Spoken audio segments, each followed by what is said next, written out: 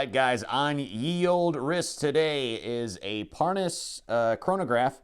This is homaging a Rolex Daytona. It's actually surprisingly good quality for what it is. It is a quartz chronograph. It does have, I believe it's a mecha quartz, so I'll be doing a review on this one very soon.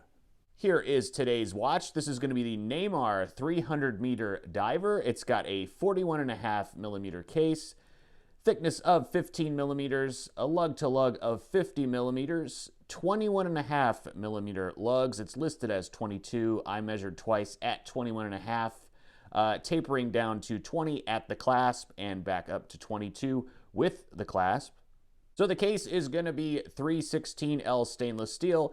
It is all brushed, so you are not going to see fingerprints anytime soon. The only polish is going to be on the signed crown with the Neymar N. An arguably useless helium escape valve on the side of the case, very clearly homaging a Rolex Sea Dweller. The bracelet is also stainless steel. It is going to be friction pin, no problems there. Very little play. The bracelet does seem to be of a high quality. The clasp is just going to be your standard folded metal clasp. A little bit of a letdown, which I will go over at the end. 3 micro adjustments, as is per the standard for most of these Neymar/BLWRX watches. Case back, nothing to write home about. You've got a laser etched Neymar logo, automatic movement, sapphire crystal, 300 meters equals 30 ATM. Screw down crown, as I mentioned, a sapphire crystal with, it doesn't really appear to have that much anti-reflective coating. In fact, you can see the indices reflecting off the light onto the bottom of the sapphire crystal, so not a whole lot of anti-reflective coating there. The bezel is going to be aluminum, and it is 120 click unidirectional. The action is very plasticky, is the best way I can describe it. It kind of has the same sound as like a Seamaster 300M from the 90s or the early mid 90s. But solid action, no backplay whatsoever. Everything lines up very nicely. The lume pip is actually quite cool looking. It isn't raised up that much off the case, so I don't know if it's really a danger of ripping out so much. But it does look neat. And the bezel color, on camera this is coming off red. In person it is quite purple. It's a little bit deceiving when you're looking at the listing online because it does look red, but I can assure you this is not red at all. It is more of a purple, but a very interesting color and quite enjoyable. So the dial is going to have all applied indices with gold borders on them. The hands are going to be gilt style hands in a gold covered coating. Arabic numerals at the 6 and 9 o'clock position. So Neymar just below the 12 o'clock position in what I can only describe as a safari type print. And then water resistant 300 meters just above the 6 o'clock marker.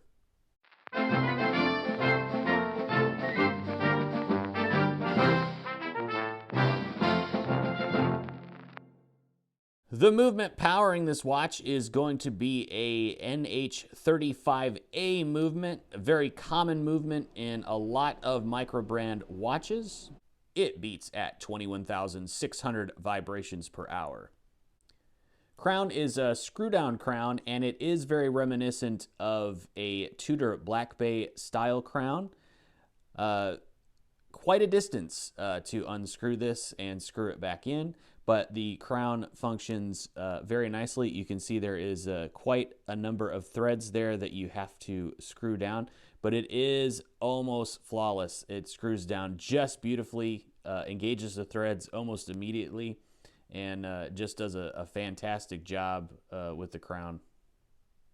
Okay, so basically it's our understanding in the watch community that Neymar changed its name to BLWRX because the Neymar branding being associated with the soccer player Neymar is a soccer star who is 5'9" and 28 years old.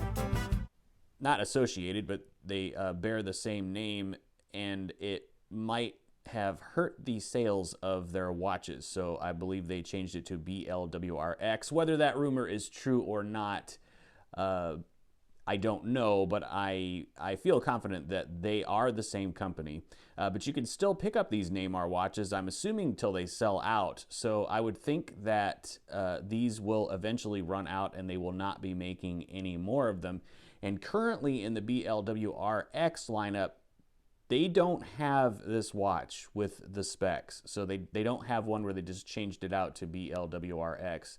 So if you're wanting to pick one of these up, I would definitely do it as soon as possible, as they could definitely run out and not be manufactured. If you are going to pick one of these up, I recommend doing it on Amazon. They have a variety of colors, and the price is really, really good on there right now. So what do I like about this watch? Well, I originally picked it up because I wanted a red bezeled watch, and I thought this one appeared to homage the Tudor Black Bay very well. And of course, when I got it, the color was more of a purplish color, and I wish I could show you this on camera. I guess at certain angles it does look a little bit purple, but I was actually blown away by that color. It's, you know, it's a very unique color. It's not something you see out and about very often, so I actually really, really like that.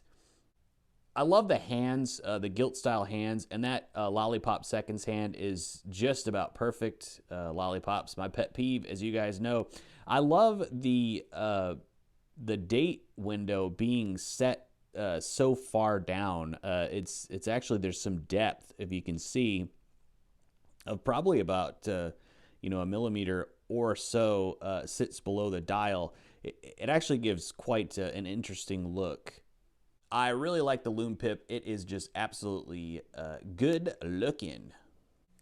I love that the case is all brushed. One of the things I loved about the BLWRX 1000-meter diver was that the case is all brushed. I mean, I don't know about you guys. I'm OCD about fingerprints, and especially like polished sides of cases, things like that. I'm constantly wiping down the watch, wiping down the crystal, getting fingerprints off of it. I don't know. I'm not one of those guys that really likes to ding up watches, and they say, oh, I got a ding in it, and oh, it's character. That's a memory that you have. Yeah, it's a memory of me being an idiot, smashing my watch onto something. So that's not something I really want to do, but I don't know. It doesn't really build character to me. It just builds irritation. I really like the bracelet. For this price point, I think this bracelet is excellent. Friction pin. It was very easy to size. It's very comfortable. It wears nice. This watch is very heavy, and this bracelet definitely, is able to hang onto the head of the watch very nicely. I really like the crown and the crown action. I think the crown looks fantastic if you look at the knurling on it and the depth of the Neymar logo there. It just looks great. I like that you're getting a reliable movement in the NH35A. As I mentioned, the bezel color, I also like the reflectiveness that the aluminum bezel gives off with the light, if you can kind of see that. It just looks very, very classy. And all in all, I like that this is a 300-meter diver, and it actually feels like it can do that. It is a very substantial watch. It feels like it could do 300 meters with no problem. Of course, I will never, ever do that. There's no way I'm ever diving that deep for sure. But it feels substantial. It feels like you're getting a quality product for really just a very, very low price for what this watch is, for sure. So what do I not like about this watch? Well, the logo is very weird.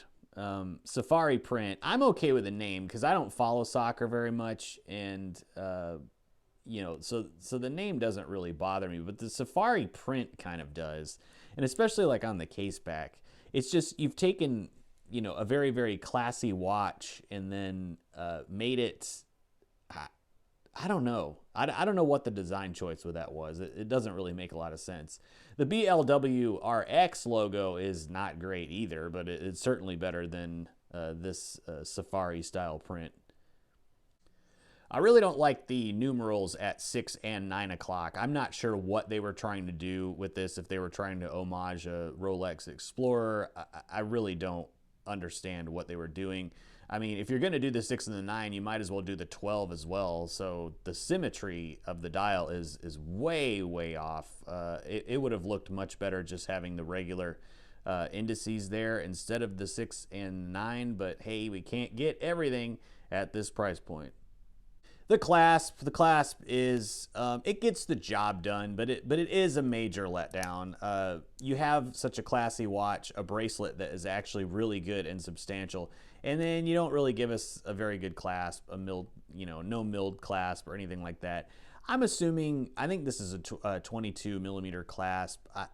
You could probably switch it out. I would imagine you could, and definitely that's something I'm going to do in the future because, truth be told.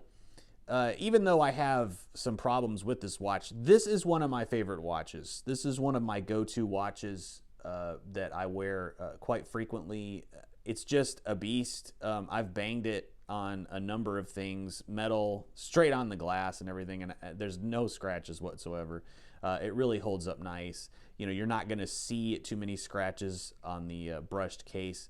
So it's just a really substantial, high quality watch that I really, really love. And it is definitely in my top, 5 or 6 of the watches that I have.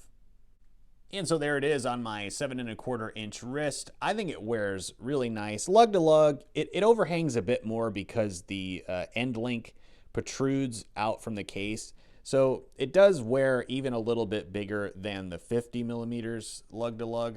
But all in all, I just like it because it's a nice, substantial watch. It's pretty thick. I don't know. Sometimes you just want like a watch that just screams like masculinity. And I think this one definitely does that. So whenever I'm feeling like, I had a good workout or something like that, I'll put this on and show out, I mean, I'm not sure what I'm showing off, but I don't know. I think it looks great.